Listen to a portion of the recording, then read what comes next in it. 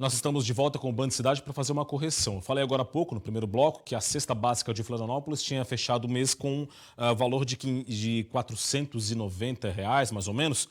Na verdade, o valor correto é R$ 522,03, segundo o Diese. É a terceira mais cara do país, atrás de São Paulo, a segunda mais cara, e de Curitiba, que fechou então em R$ 526,14, segundo o Diese. Olha, a defesa do governador Carlos Moisés da Silva vai recorrer da decisão do ministro Luiz Roberto Barroso do Supremo Tribunal Federal, que determinou o prosseguimento do processo de impeachment pela Assembleia Legislativa. A decisão do ministro Barroso foi tomada na última sexta-feira. De acordo com o advogado de Carlos Moisés da Silva, a ideia da defesa é apresentar novos elementos nos próximos dias. Além do governador, são alvo neste processo de impeachment a vice-governadora Daniela Rainer e o secretário estadual de administração Jorge Tasca. É assunto para Roberto Azevedo, aqui de volta ao estúdio do Band Cidade. Roberto, seja muito bem-vindo, plenamente recuperado da Covid-19. Sempre bom ter você aqui com a gente, tudo bem? Obrigado, Rodrigo. Boa noite a quem nos assiste também. Olha, processo de impeachment, você já tinha antecipado, né, Roberto, que tinha tudo para virar batalha jurídica e é o que está acontecendo, né? Na realidade, o que a defesa do governador mais quer nesse momento não é nem discutir esse mérito, é ganhar tempo. Tinha ganho, porque o recurso, mesmo com a derrubada de uma liminar por outra liminar, o Tribunal de Justiça havia se manifestado, deu uma liminar favorável à defesa do governador, aí vem o ministro Luiz Roberto Barroso e dá uma liminar apoiando a tese da Procuradoria da Assembleia de que o rito que deve ser seguido é o mesmo de 2016 com o processo de impeachment da então presidente Dilma Rousseff. Na realidade, essa batalha jurídica nada mais é do que estratégia de defesa. Não deve evoluir tanto para um lado para o outro, porque enquanto se discute essa questão e liminares não discutem o mérito, o que se ganha, acabei de falar, é tempo. Mas o mais importante para Santa Catarina é evitar que todo esse processo tenha um prejuízo grande para o Estado. Não só um prejuízo de legitimidade, mas um prejuízo também jurídico, de credibilidade jurídica para um governo que se sente ameaçado. Até agora, só se viu barulho, mas não se viu o efeito do barulho. Dito isso, um grande abraço e até amanhã. Até amanhã, Roberto. Chegou a 31 o número de cidades atingidas pelos tornados no fim de semana no meio-oeste e no norte do estado. Pelo menos 53 mil pessoas foram atingidas e uma morreu em decorrência de fortes tempestades. Tombou caminhão, o posto velho foi pra fita. A madeireira lá, ó. A madeireira voou todas as madeiras em cima dos carros, arrastou os carros pro outro lado da rua. As cenas de destruição são de Tangará, a quase 400 quilômetros de Florianópolis, uma das cidades mais atingidas. Gente! Meu Deus do céu! Na mesma região, em Vargem Bonita, o granizo provocou uma série de estragos e se acumulou junto com a água no meio da rua.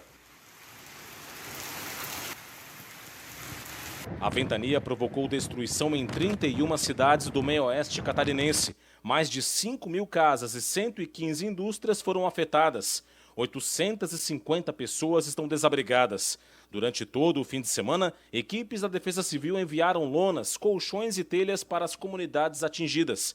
Mais de 53 mil pessoas tiveram prejuízos. De acordo com a Defesa Civil Estadual, foram registrados 2 tornados em Santa Catarina na última sexta-feira. Um deles atingiu o meio-oeste do estado. E teve ainda um segundo tornado que afetou o município de Irienópolis, no norte de Santa Catarina. Por lá, o fenômeno provocou estragos em residências e deixou a cidade em situação de emergência. Moradores de Irienópolis registraram o exato momento em que o tornado tocou o solo. Meu Deus, isso daí é um tornado. Olha lá, baixou, pegou no chão. Meu Deus do céu. Em Penha, no litoral norte, uma tempestade provocou a morte de um jovem de 22 anos, que se afogou numa praia. Os tornados ocorrem 2 meses depois do mesmo fenômeno provocar destruição em 27 cidades do oeste de Santa Catarina e de um ciclone-bomba atingir dezenas de cidades catarinenses. Nós estamos numa posição geográfica em que somos o segundo do mundo, o segundo local do mundo mais propenso, com mais probabilidade de termos tornado. Só perdemos para os Estados Unidos. Essas regiões aí, a questão de tempestades severas, né, que pode incluir tornados, também granizo, vendavais, é muito importante, né, de se estar ao par dos alertas para isso. Veja agora esse flagrante de uma queda de barreira na Serra do Rio do Rastro, no domingo, e que bloqueou totalmente a passagem de veículos por 2 horas na rodovia. O policial militar rodoviário registrou o momento exato em que o deslizamento ocorreu. Veja na imagem o momento da queda. Segundo a Polícia Militar Rodoviária de Bom Jardim da Serra, o tráfego foi liberado após a limpeza e a retirada das pedras do local. Ninguém ficou ferido. E a formação de um sistema de baixa pressão entre o Rio Grande do Sul e Santa Catarina vai deixar o dia bastante instável nesta terça-feira no estado. Detalhes agora na previsão do tempo.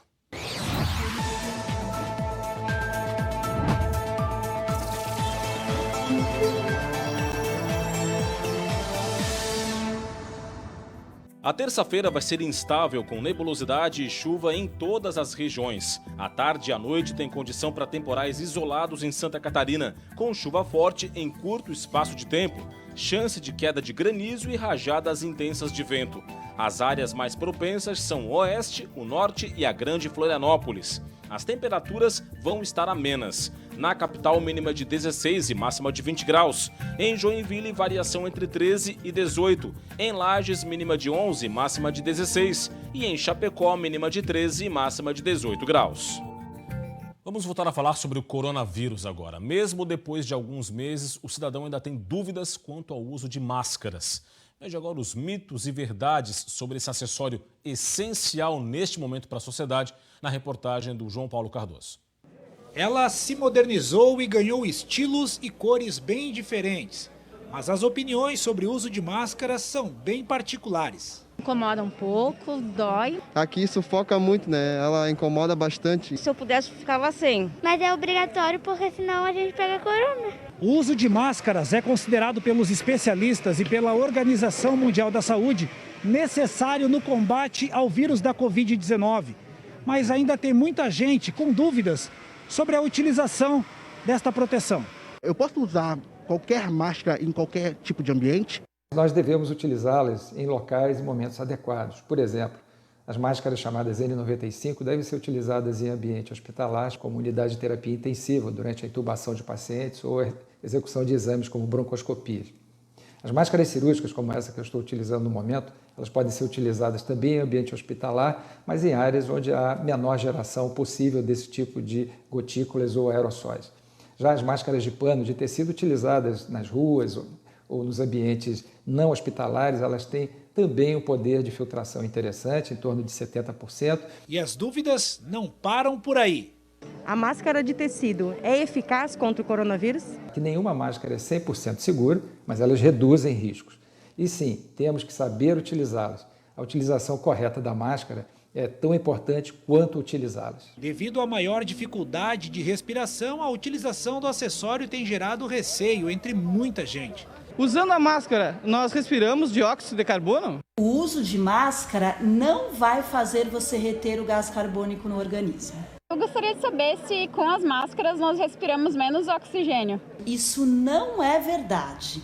Por quê? Porque as máscaras, sejam elas de pano, máscara cirúrgica ou aquelas máscaras mais específicas conhecidas como N95, não tem a capacidade de bloquear a entrada desse oxigênio no nosso organismo. E sobre a máscara puxando as orelhas, pode causar a famosa orelha de abano? É mito ou verdade?